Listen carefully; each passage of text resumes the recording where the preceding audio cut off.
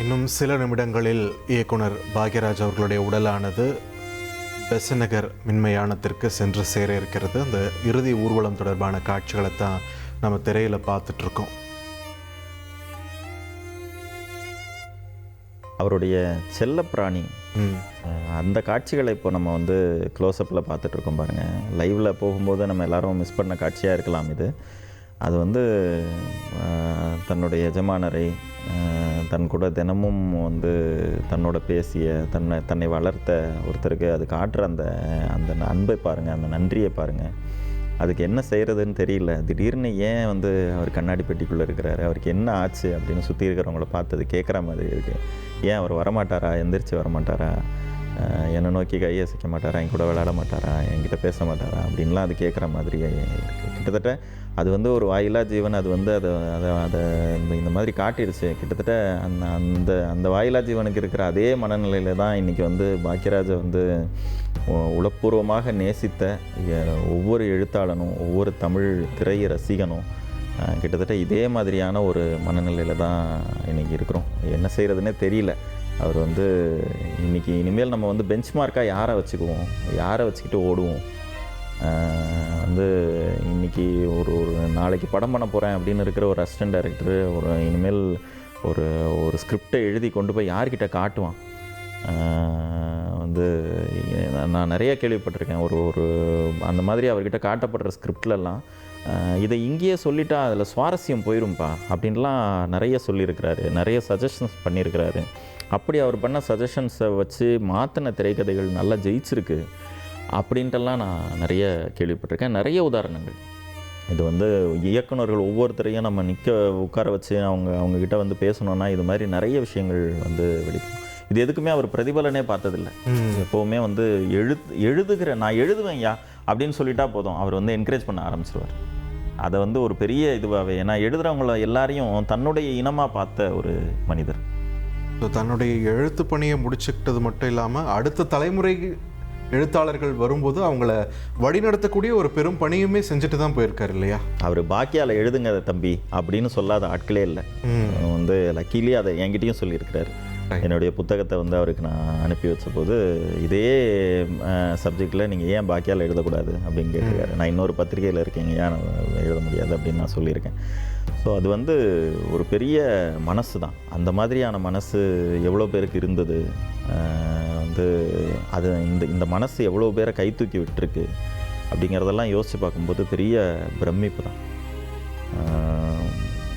பாக்யராஜ் மாதிரியான இன்னொரு டைரக்டர், இன்னொரு ஸ்க்ரீன் பிளே ரைட்டர் இந்த தமிழ் சினிமாவுக்கு, ஏன் இந்திய சினிமாவுக்கே கூட இனிமேல் கிடைப்பாரா அப்படிங்கிறது பெரிய சந்தேகம். இந்த 80களில் திரைக்கதையின் மன்னன்றதை தாண்டி பல மன்னர்களை உருவாக்கிய ஒரு கிங் மேக்கராகவுமே இருந்திருக்கு. நிச்சயமா.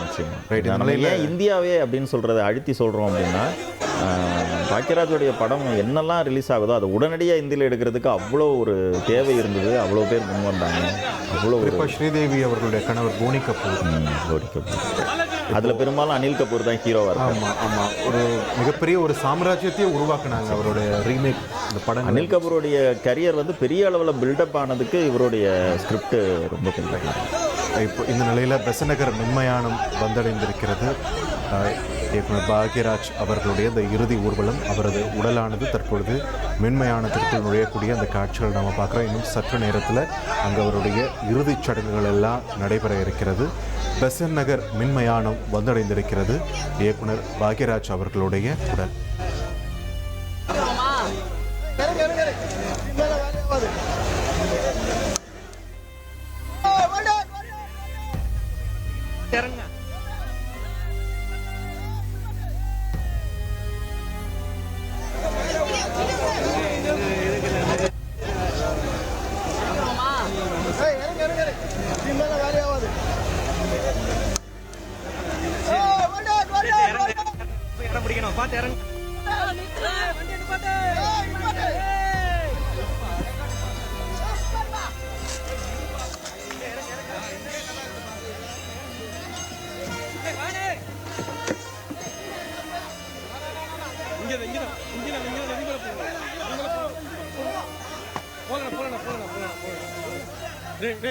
நின்னுக்கிறேன் நான் இங்க ஓரமா நின்னுக்கிறேன்.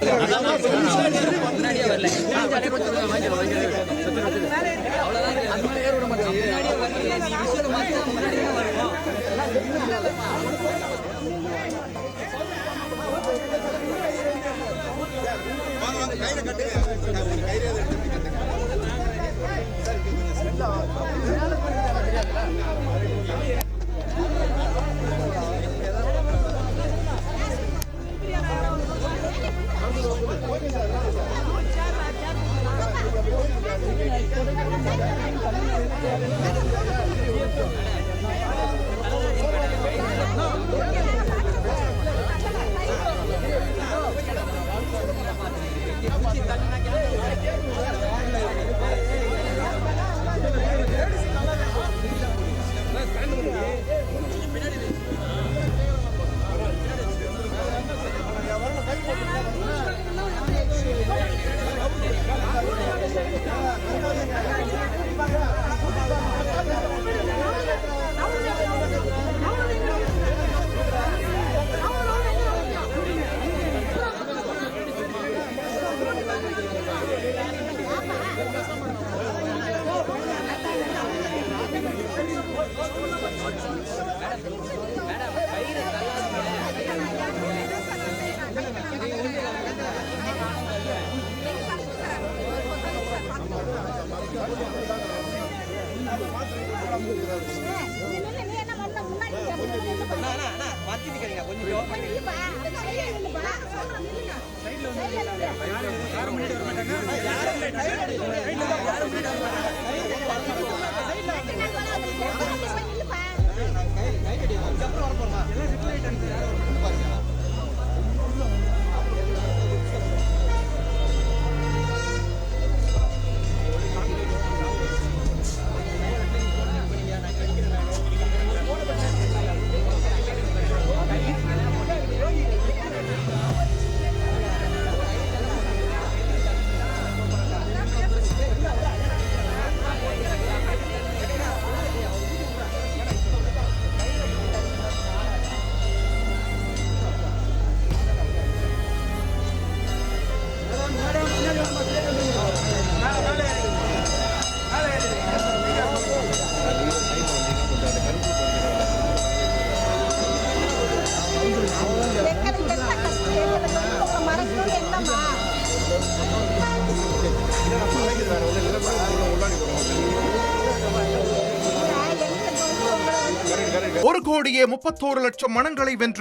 தந்தை டிவி யூடியூப் சேனல். தவிர்க்க முடியாத தம்ப்நெயில், கலக்கலான கான்டென்ட்ஸ். நீங்களும் இந்த குடும்பத்தில் இணைய இப்பவே சப்ஸ்கிரைப் பண்ணுங்க. அசுரபலம் கொண்ட எங்கள் டிஜிட்டல் கரங்களில் உங்கள் விளம்பரங்களை சேர்க்க வாட்ஸ்அப் பண்ணுங்க. 8939888838. Email advtthanditv@dttv.in.